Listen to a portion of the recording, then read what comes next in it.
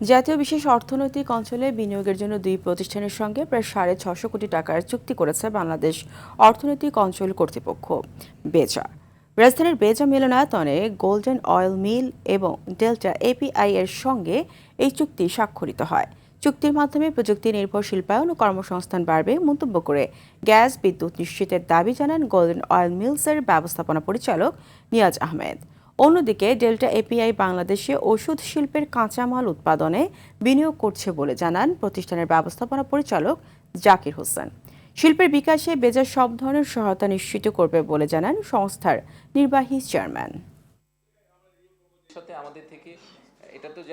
যতদিনই আপনাদের আমাদের থেকে যা সার্ভিস লাগবে, যেই সাপোর্ট লাগবে, আমাদের টিম আছেন, আমাদের ইনস্টিটিউশন, আপনারা হয়তো দেখেছেন যে আমরা ইনস্টিটিউশনাল কিছু চেঞ্জও আনার চেষ্টা করছি। এখানে ওরকম কর্মকর্তা কর্মচারীদেরকেও আমরা আনার চেষ্টা করছি যাদের ওই মানসিকতাটা আছে যে তারা প্রাইভেট সেক্টরকে সাপোর্ট করবে।